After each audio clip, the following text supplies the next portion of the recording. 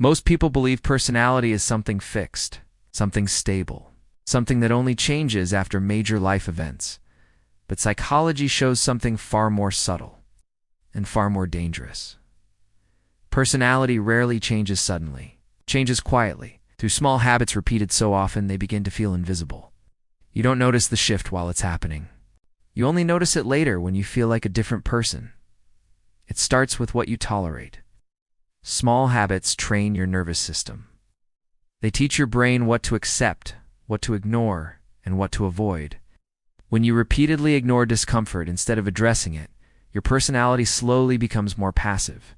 When you avoid difficult conversations, you don't just avoid conflict, you train yourself to stay silent even when it matters. Over time, silence becomes your default.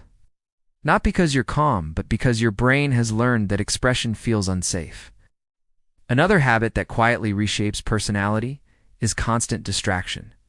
Endless scrolling, background noise, and never being alone with your thoughts. At first it feels harmless. It's relaxing even. But the brain adapts. When the mind is never still, self-awareness weakens. Reflection disappears.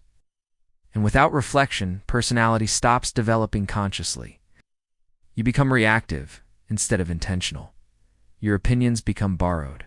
Your emotional responses become automatic. Your identity becomes shaped by external input instead of internal clarity. Another overlooked habit is emotional suppression.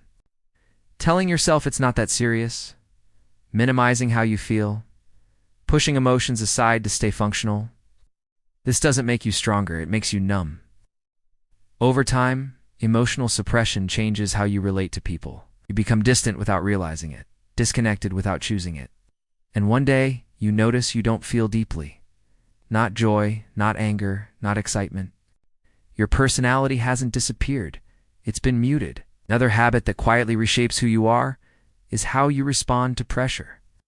If every stressful situation is met with avoidance, your brain associates challenge with threat. Confidence weakens, risk-taking declines, curiosity shrinks. Eventually, you don't see yourself as someone who tries, you see yourself as someone who waits. Not because you lack ability, but because your habits rewired your self-image. Social habits play a powerful role too. If you constantly seek approval, your personality adapts to please. You speak differently, you think differently, you hide parts of yourself instinctively. Over time, authenticity feels risky. And people-pleasing feels normal. This isn't kindness, it's self-erasure. Another small habit is how you talk to yourself. The inner voice you repeat daily becomes your internal environment. If that voice is critical, dismissive, or hopeless, your personality slowly bends towards self-doubt. You hesitate more, you second-guess more, you trust yourself less, not because you're incapable, but because your inner dialogue trained you that way. Even habits related to time change personality, always being available, never setting boundaries, responding instantly to everything.